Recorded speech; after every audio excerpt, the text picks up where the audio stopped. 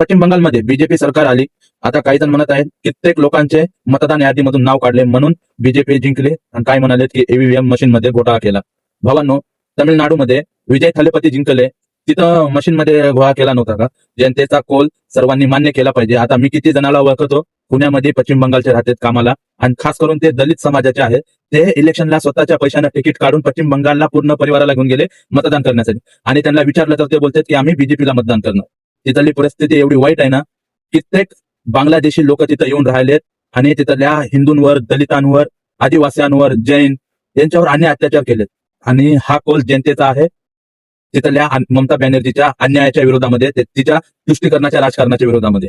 आणि जनतेनं हा कौल मान्य केला पाहिजे. एक मंदिर 15 वर्षानंतर खुललं म्हणजे तुम्ही ममता बॅनर्जीच्या सरकारमध्ये हिंदूंवर होणाऱ्या अत्याचाराची संख्या बघा. म्हणून हा निकाल जनतेचा कौल आहे, ना कोणता मशीनमध्ये घपला, ना कोणाचे नाव काढले. म्हणून जे बांगलादेशी आहेत त्यांचे नाव काढले आणि काढायलाच पाहिजे. ह्या देशामधून पण बांगलादेशांना हाकललं पाहिजे. क्रांतिकारी. जय भीम, जय शिवराय, जय लहुजी, जय आदिवासी.